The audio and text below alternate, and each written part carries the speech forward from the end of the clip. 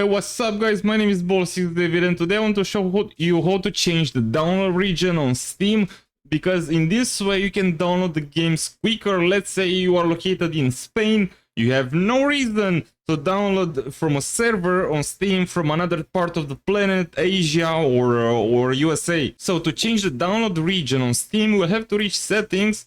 And after that, we can reach downloads, and from here you can change the download region. As you can see, I'm in Romania right now. If you are located in East Africa, choose East Africa or Belarus, Brazil. You can choose whatever is closer to you. In this way, you'll increase the download speed of your games.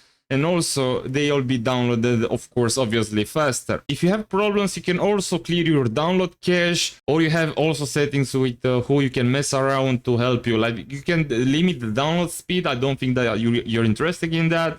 You can schedule the auto updates. If you are playing, let's say in the afternoon, you can schedule all this to be updated only in the night time or in the morning. That's an example that can help you if you have the computer turned on all the time. Alright, that was the tutorial, guys. I really hope I helped you. Don't forget to smash the like button and leave a comment if you have any questions. I'm answering to all of my comments. Have a nice day.